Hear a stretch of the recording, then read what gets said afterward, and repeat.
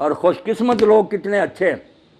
ایک جنازہ ہو گیا، اللہ کے رسول تشریف لے گئے، ابھی لحد تیار ہونے میں دیر تھی، حضور بیٹھ گئے اور آپ نے لمبا خطبہ دیا. کسی دن وہ بھی بیان کروں گا. براہ ابن عازم رضی اللہ عنہ فرماتے، حضور نے فرمایا جب موت کا وقت آتا ہے اس وقت فرشتوں کی ایک پوری گارد آتی ہے. ہم لوگ سمجھتے ہیں ایک ہی ملک الموت ہے، روحیں قبض کرتا. اس سے آگے لوگوں نے پھر ایک ردہ رکھ لیا کہ جب ایک ملک الموت ساری زمین پر اتنے جہان پر گھومتا اور سب کی جانیں نکالتا تو حضور اگر حاضر ناظر ہو جائیں پھر کیا؟ یہ ہمارے دوست کہتے ہیں یہ بات ہی غلط ہے. ایک ملک الموت کب جانے قبض کرتا؟ بے شمار فرشتے ہیں اس کے مدد، وہ انچارج ہے محکمے کا، اس کے تحت تتوفاہم الملائکہ، بے شمار فرشتے. تو اللہ کے رسول نے فرمایا پورا دستہ، ایک انسپیکٹر ہوتا، اس کے ماتحت سپاہی ہوتے، وہ آ کر اتنی دور بیٹھ جاتے ہیں جہاں تک مردے کی نظر جاتی ہے، وہ نہیں قریب آتے، باقی سب سپاہی بیٹھ جاتے ہیں. یہ انچارج آتا، اگر وہ نیک ہے اس کے پاس جنت کا خوشبو سے بسا ہوا رومال ہوتا، سنگھاتا، اسے اللہ کا سلام کہتا اور کہتا چل اپنے رب کی طرف، تیرا رب تجھ سے خوش ہے، تو اس سے خوش ہے. خوشی خوشی اس کی روح روانہ ہو جاتی. برا جو ہے نا ڈراؤنی شکلیں جیسے ہتھکڑیاں ہوتی ہیں پولیس کے پاس، جو برا مردہ اس کے لیے جو فرشتے ہی آتے ہیں نا اس سے اسے پتہ چل جاتا ہے کہ میرا انجام اب کیسا. مسکراتے چہروں کی بجائے ڈراؤنی شکلیں، بدبودار رومال، غضب آلود نگاہیں، وہ چھپتی پھرتی پھر روح نکالتے مار مار. اور اسی وقت جب وہ رومال میں اس کو لپیٹتا دوسرے سپاہی آگے آ جاتے ہیں، اس سے وہ وصول کر لیتے ہیں، نیک روح تو لے کر جاتے ہیں.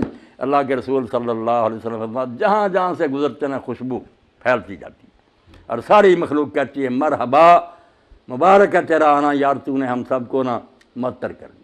اور اگر برا تو بدبودار رومال، بدبو پھیلتی اور سارا جہاں لعنت کرتا کہ تو کیسی منحوس روح ہے، ہمارا دماغ ہی خراب کر دیا. آسمانوں پر جاتے ہیں، پھر وہاں اجازت مانگتے ہیں کہ دروازہ کھولا جائے، کھولتے جاتے ہیں نیک کے لیے. 7 آسمان پر کے اللہ کی عدالت میں لے جاتے ہیں. حکم ہوتا ہے کہ اس کا سارا جو ہے نا اندراج وہ علیین میں کر دو. جو علیین سجین مشہور ہے نا کہ کوئی 2 جگہ جہاں روحیں رہتی، غلط بات ہے. علیین سجین صرف آفس ہے، دفتر ہے، وہاں نیک لوگ جو ہیں ان کا اندراج ہو جاتا کہ یہ شخص فوت ہو گیا، اس کی پوری کتاب جو زندگی تھی وہ بھی جمع کرا دی جاتی کہ یہ اس کا سارا ریکارڈ. دوبارہ حکم ہوتا ہے کہ زمین میں سے میں نے اس کو پیدا کیا، وہیں لے جاؤ، زمین سے ہی دوبارہ اس کو پیدا، وہ روحیں واپس آ جاتی ہیں پھر اسی قبر کی طرف. برے کی روح لے کر جاتے ہیں. جب حضور صلی اللہ علیہ وسلم فرمایا، اللہ کہتا نہ آسمان کے دروازے نہ کھولو، میرے دربار میں نہ دفع کرو، اس کو دھتکار دو، اس کو 7ویں زمین کے نیچے پھینک دو، وہاں ہی رہ، وہاں سے نکالیں. لمبی حدیث ہے جو حضرت سے براہ ابن عازم نے.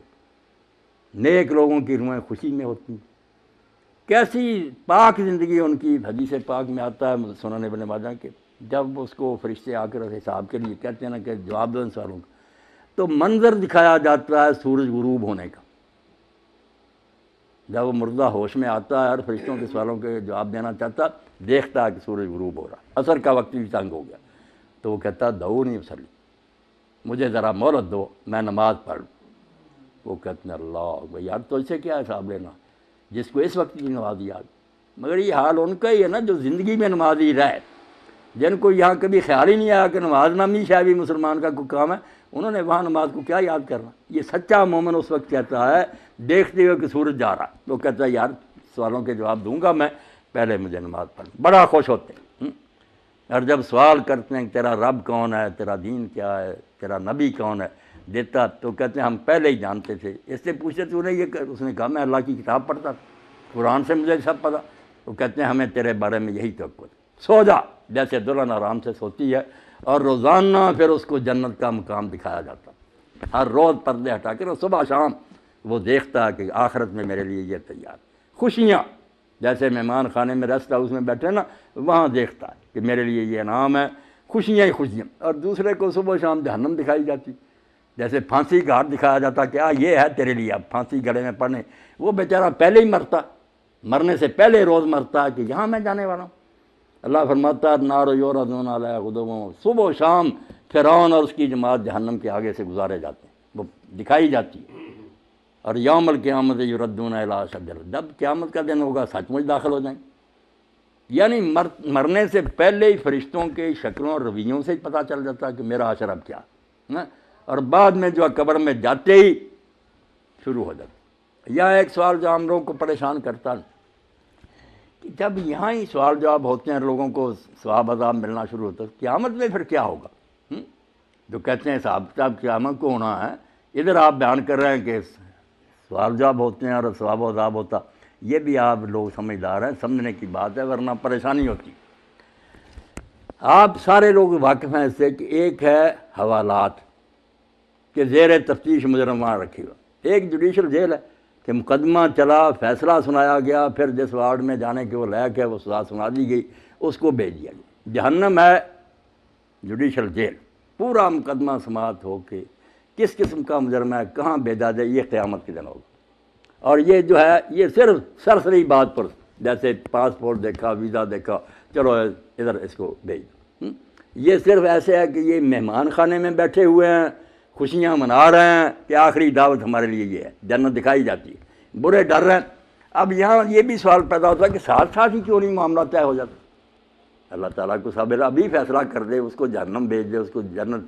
یہ کیوں ہیں دو مرحلے کے؟ قبر میں صرف سرسری بات پرس ہے، آخرت میں پھر جہنم میں جنت ہے۔ یہ چیزیں آپ چونکہ پڑھے لکھے ہیں اور یہ چیزیں ضرور کی ہیں کہ عقیدہ جو آخرت کا اس کو سمجھا جائے۔ بات اصل میں یہ، اور بڑی نازک بات ہے جو قرآن حدیث نے بتائی، توبہ توبہ ہم اس کی طرف دھیان نہیں کرتے، کہ نیکی بدی وہ نہیں جو آپ نے مرنے تک کی، کھاتا آپ کا بند نہیں ہوا، آپ مر گئے کھاتا چل رہا۔ یہ جب تک یہ کارخانہ سٹاپ نہیں نہ ہوتا، میزان نہیں لگ سکتی کہ میری نیکیاں کہاں کہاں اپنا اثر دکھایا، میری بری مثالوں نے کتنے لوگوں کو گمراہ کیا۔ یہ جب قیامت آئے گی نا، اس وقت ہوگا کہ ڈاکٹر صاحب نے کتنے لوگوں کو دین کی طرف رغبت دلائی، ان کی وجہ سے کتنے لوگ دیندار بنے، انہوں نے اپنی اولاد کو، یہ سارا حصہ قیامت کے دن نکلنا۔ اللہ کہتا ہے نکتب ما قدموا وآثارہم، ہم وہ بھی لکھتے ہیں جو زندگی میں تم نے آگے بھیج دیا، اور وہ بھی لکھتے ہیں جو فٹ پرنٹس ہیں، آپ کے قدموں کے نشان رہ گئے نا، اور لوگ اس پر چل رہے ہیں۔ اس لیے اللہ کے نبی علیہ السلام کی نیکیوں کا آپ اندازہ کریں۔ یہ جو ہم کہتے ہیں نا حضور کو یہ ثواب پہنچانا، یہ بہت بعد میں تنگ ذہن والوں نے نکالا۔ رسول اللہ کو پہنچانا کیا؟ جو نیکی امت کرتی ہے نا، میں نے قرآن پڑھا، نماز پڑھی، روزہ رکھا، ہر ایک امتی کے اس عمل میں سے ایک آپ کے کھاتے میں جا رہا، صحابہ کے جا رہا ہے، اماموں، انہوں نے دین ہم تک پہنچایا۔ جو نیکی سکھائے گا، جتنے اس کے بعد جہاں تک وہ چلتی رہے گی اس کو ثواب ملے گا۔ یہ ایسا بینک کا کھاتا ہے جو بند نہیں ہوتا۔ اور برائی بھی اگر آپ نے شروع کر دی کہ اچھا بلا گاؤں تھا، آپ نے کوئی لڑکی اغوا کر لی، کوئی قتل کر لیا، دشمنیاں ہو گئیں، آگے خون خرابے قیامت تک چل رہے ہیں، تو آپ کو حصہ نہیں ملنا۔ اگر ہٹلر نے جنگ عظیم لگا دی اور ساری مہنگائی ہوگی، دنیا مر گئی، تو اس کو ثواب مل سکتی تھی دنیا میں؟ کون سی عدالت تھی؟ اس کے پاس کتنی زندگیاں تھیں کہ اس کو بار بار ایک ایک کے بدلے مرا، لاکھوں تو انسان مرے ہیں۔ اب قیامت کا دن چونکہ وہاں بار بار زندہ ہونا، بار بار مرنا، یہ عدالتیں سنا، اس کو اتنی بار پھانسی دی ہے۔ یہ بیچارے کہتے ہیں قانون کے مطابق اس کو دینی تو چاہیے مگر دے نہیں سکتے، وہاں سچ مچ دی جائے گی۔ تو یہ نیکی اور بدی کا جو لمبا چوڑا تصور ہے نا، کہ نیکیاں بھی جہاں جہاں جا رہی ہیں، یہ بھی آپ کے کھاتے میں پڑیں گی۔ اسی لیے اللہ کے رسول علیہ السلام فرماتے ہیں آدم کا پہلا بیٹا جس نے اپنے بھائی کو قتل کیا، اب جب قتل ہوتا ایک گناہ اس کے کھاتے میں اور قتل کا پڑتا جاتا کہ تو نے یہ سننا شروع کی۔ اگر یہ بد رسم تو شروع نہ کرتا تو کیوں انسانوں میں قتل؟ اب جب تک قیامت نہیں آتی آپ سمجھ گئے کہ کھاتا نہیں پتہ چل سکتا کہ اس کی نیکیاں کتنی بنی، برائیاں کتنی بنی۔ اس لیے محتاط رہنا چاہیے کہ میں اپنے طرز عمل سے کہیں اولاد کو گمراہ نہ کر دوں، میرے دوست نہ بگڑ جائیں، میرا خطبہ سننے والے نہ، میں مر جاؤں گا مگر میرے گناہ کی جو گٹھڑی ہے یہ بھاری ہوتی جائے گی۔ کوشش کروں کہ میں اچھی مثال قیام کروں تاکہ اس پر لوگ چلیں، تو میرے مرنے کے بعد بھی وہ ثواب مجھے پہنچتا رہے۔ اس لیے اس کے سوا کوئی چارہ نہیں کہ جاتے وقت صرف سرسری کاغذات دیکھے جائیں، ان کو مہمان خانے میں ٹھہرا دیا جائے، ان کو حوالات میں بند کر دیا جائے، اور انتظار کریں آخری عدالت کا کہ جب آخری عدالت آئے گی پھر ہاتھ پاؤں بولیں گے، فرشتے گواہی دیں گے، زمین بولے گی، سارا تیرے نیکی بری کا کچا چٹھا آ جائے گا، جنت دوزخ کا فیصلہ اس وقت ہوگا۔ اور جنت دوزخ بھی کوئی ایک نہیں۔ اب جنت کا نبی علیہ السلام نے فرمایا کہ تم سمجھو بس جنت میں چلے ایک برابر ہے، وہاں 100 درجہ ہے جنت کا۔ ہم دیکھتے ہیں نا کہ بینک بنے، اتنی منزل، 100 منزل، اور منزل بھی اتنی دور۔ فرمایا یہ زمین ہے، جتنی دور آسمان ہے وہاں دوسری جنت، اتنی دور ہی پھر تیسری جنت، 100 آسمان زمین جو ہے نا اتنے، اور سب سے آخری جو ہے وہ فردوس ہے۔ سب سے آخری جس میں اللہ کے رسول نے فرمایا اس کی جو چھت ہے اور اللہ کے عرش سے نیچے سب سے اوپر اللہ کا تخت ہے، اس سے اوپر فردوس کی چھت ہے، اس فردوس کی چھت کا نام عربی زبان میں الوسیلہ ہے، اور وہ صرف ایک بندے کو الاٹ ہوگا ساری کائنات میں۔ وہ کتنا خوش قسمت ہوگا، اور وہ کون ہے؟ خود محمد رسول اللہ صلی اللہ علیہ وسلم۔ فرمایا وہ ایک آدمی کو ملنا ہے، اور امید ہے کہ میں ہی ہوں، مگر میں دعویٰ نہیں کر سکتا، تم میرے لیے اذان کے بعد وہ مانگو۔ اس لیے ہم جو ہے صلی اللہ علیہ وسلم میرے لیے وہ مقام اور مرتبہ مانگو۔ ہم کہتے ہیں آتے محمد علیہ وسیلہ کہ اللہ جو تیرے قریب کا وہ مقام ہے وہ حضور کو دے۔ تو اس جنت میں بھی بہت مراتب ہیں، اس لیے جتنی جتنی نیکیاں بنیں گی، کوئی نیچے کی منزل میں رہ جائے گا، کوئی دوسری میں، کوئی 100ویں میں پہنچے گا۔ اور جہنم میں بھی اسی طرح بہت طبقے ہیں، ایک ہی نہیں کہ سارے ایسے ہی مجرم ایک ہی طرح اکٹھے کر لیں، نہیں۔ جیسے پھانسی والوں کی کوٹھیاں الگ ہیں، دوسروں کی آسانیاں، جہنم میں بھی یہی، کسی کے گناہ معمولی ہے اس کو ہلکا عذاب ہوگا۔ جیسے ابو طالب میں رسول اللہ کے چچا، تو نبی علیہ السلام سے جب پوچھا کہ اللہ کے رسول، حضرت عباس نے پوچھا بھائی سے ان کے ابو طالب کے کہ آپ کے چچا نے آپ کی اتنی حمایت کی، دشمنوں کے مقابلے میں اس طرح وہ سینہ تان کر کھڑا رہا، حفاظت کرتا، آپ کی اس امداد سے اس کو کوئی نفع پہنچا؟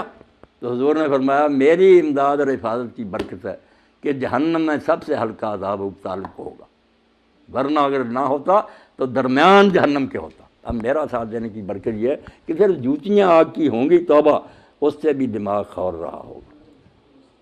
باقی جو پھر بہت بڑی جگہوں میں ہوں گے، اللہ پناہ دے، تو اللہ کہتا ہے اس وقت تم سر جھکائے پھر یہ منت سماجت کرو گے کہ اللہ دوبارہ بھیج، تو اللہ نہیں سنے گا۔ پھر اب وقت ہے کہ موت آنے سے پہلے پہلے توبہ کر لو، باز آ جاؤ، چھوڑ دو برائیاں، نیک ہو جاؤ، پھر کوئی بات نہیں، تم سے جتنے جی چاہے گناہ ہوئے نا اللہ معاف فرمائے گا۔